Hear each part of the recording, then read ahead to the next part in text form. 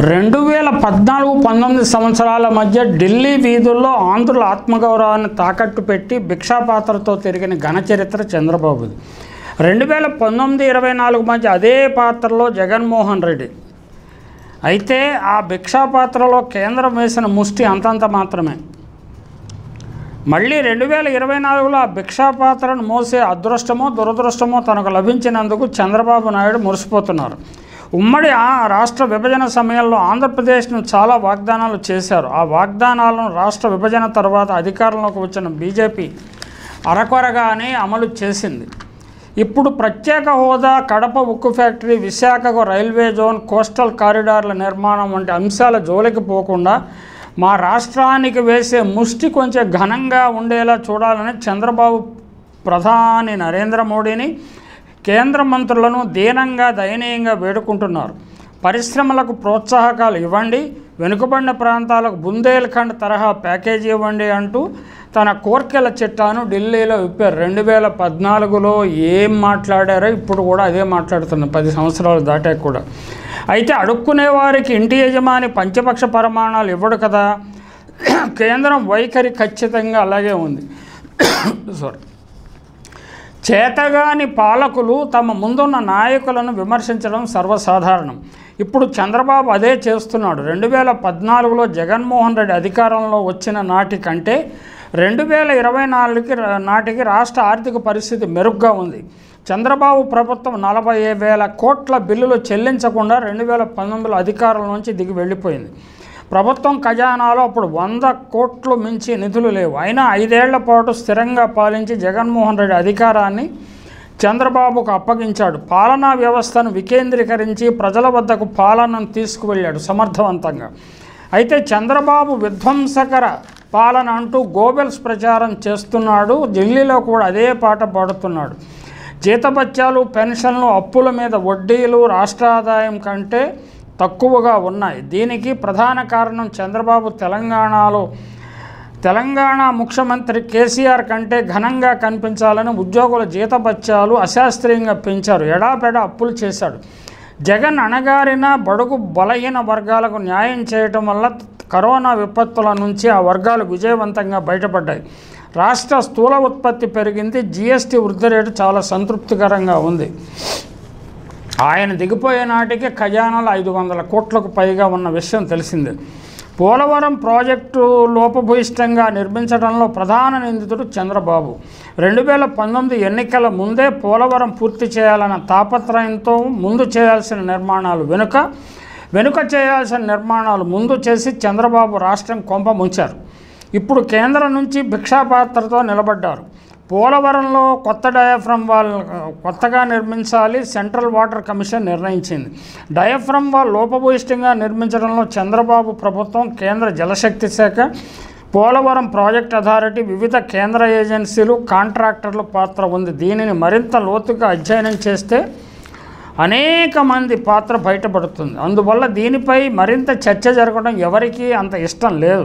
కానీ diaphragm wall కొత్తగా నిర్మించి అనుబంధంగా నిర్మాణాలు చేయాలంటే 2-3 వేల కోట్లు అదనంగా ఖర్చు అవుతుంది. ఇంత ప్రజాధనం గోదావరి పాలైనట్లే. మన పాలకులకు, అధికారులకు, సాంకేతిక నిపుణులకు మనం వందనం చేయడం తప్ప మరేమీ చేయలేం.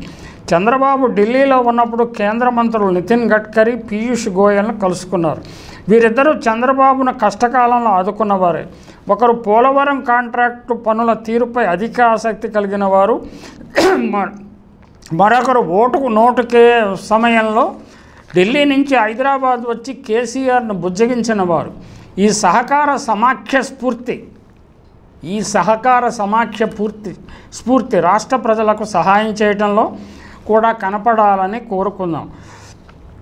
చంద్రబాబు నాయుడు ప్రధాని నరేంద్ర మోడీని కలిసినప్పుడు, అమిత్ షాను కలిసినప్పుడు, ఇతర కేంద్ర మంత్రులు కలిసినప్పుడు కోర్కెల చిట్టాను చాలా ఘనంగానే ఇచ్చాడు. ఆయన కోరిన కోరికలు ఏమిటో చూద్దాం.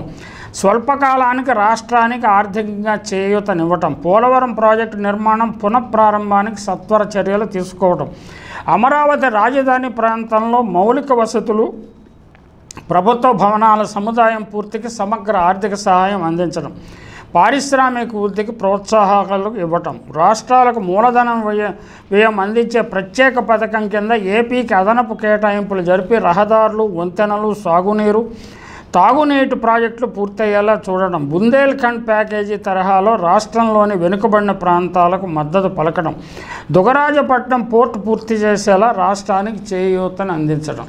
ఈ కోరికలన్నీ బాగానే ఉన్నాయి, గతంలో ఉన్న కోరికలే, కొత్త డిమాండ్లు ఏం లేవు. కానీ కొత్త ప్రభుత్వము, కూటమి ప్రభుత్వము, కేంద్రంలో ఎన్డీఏ ప్రభుత్వం ఏర్పడినా కేంద్రం దయదలుస్తుందా లేదా అన్నది సందేహమే.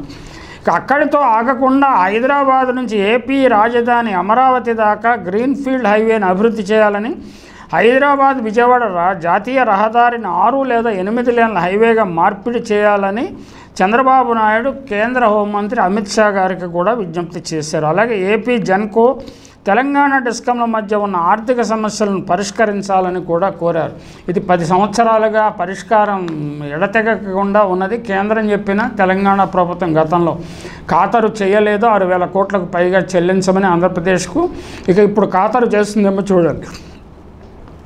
60,000 కోట్లతో బీపీసీఎల్ రిఫైనరీ ఏర్పాటు చేస్తామని ఒక వాగ్దానాన్ని చంద్రబాబు సంపాదించినట్లు ప్రచారం చేస్తున్నారు. ఇది ఎంతవరకు నిజమో మనకు తెలియదు. 2-3 వేల ఎకరాల్లో 4 ఏళ్లలో దీన్ని పూర్తి చేస్తారట. జగన్మోహన్ రెడ్డి ప్రారంభించిన మచిలీపట్నం రేవు నిర్మాణం పూర్తయితే రిఫైనరీ ఏర్పాటు సులువవుతుంది. 2023 ఆర్థిక సంవత్సరంలో ఆంధ్రప్రదేశ్ 92,567 కోట్ల బడ్జెట్ కేటాయింపులను ఖర్చు చేయలేకపోయిందని ప్రచారం చేస్తున్నారు. వైద్యం, ఆరోగ్యం, పట్టణాభివృద్ధి, సామాజిక సంక్షేమం, వెనుకబడిన తరగతుల సంక్షేమం, సాగునీటి రంగానికి కేటాయించిన మొత్తాన్ని ఖర్చు చేయలేదని నీలి వార్తలను ప్రచారంలో పెట్టారు. సకాలంలో కేంద్రం నిధులు విడుదల చేయకపోవటం, రాష్ట్రం భిక్షాపాత్రలో భిక్ష వేయకపోవటం దీనికి ప్రధాన కారణం. నేరాన్ని తెలివిగా రాష్ట్రాల మీదకి నెట్టివేయటము బీజేపీ ప్రభుత్వం, కేంద్రంలో ఉన్న బీజేపీ ప్రభుత్వం అతి తెలివి. ప్రస్తుతం ఆంధ్రాలో కూటమి, కేంద్రంలో ఎన్డీఏ పాలన ఉంది కాబట్టి కేంద్రం ఇప్పటికైనా కళ్ళు తెరుస్తుందా? ఆంధ్రప్రదేశ్ ప్రజలను కరుణిస్తుందా? చంద్రబాబును ఉత్తిష్ట అంటూ ఆయన పైకి లేపటానికి, స్థిరపడటానికి అవకాశం కల్పిస్తుందా? లేక ప్రజల్లో మరింత, ఇప్పటికే చాలా చులకనైపోయాడు చంద్రబాబు, ఇంకా మరింత చులకనైపోయే విధంగా చేసి ఆయన పార్టీని నాశనం చేసే వ్యూహాన్ని అమలు చేస్తుందా? మనం చూడాలి.